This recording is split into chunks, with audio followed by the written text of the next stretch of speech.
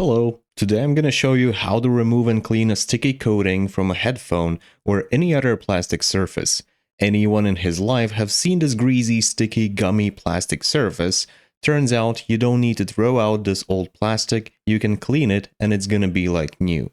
This happens because additives like oils or plasticizers leach out with the time from the plastic. To accomplish this task, you will need a microfiber towel or any other material that doesn't leave the marks. You will also need isopropyl liquid. You can purchase it in a Home Depot.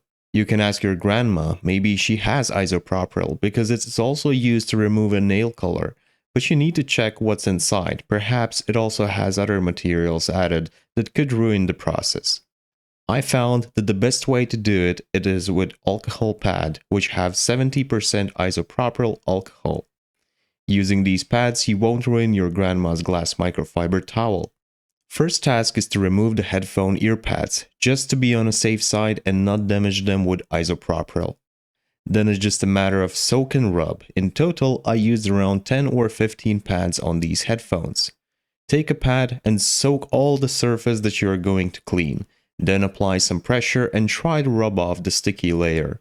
As soon as the pad gets dirty and dry, take a new one. That's part of the secret, that isopropyl in the pads is the main ingredient. With dry pads, you will not succeed. Continue in this way and after 10 minutes, headphones will be like new.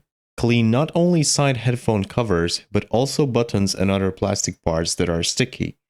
Wow, I like the result. Headphones are like new and I saved a lot of money by not buying a new headphones. Now it's time to put back earphone cushion pads and task is completed. It really was that simple. And now let me know under this video, have you ever encountered a sticky plastic? Thanks and good luck.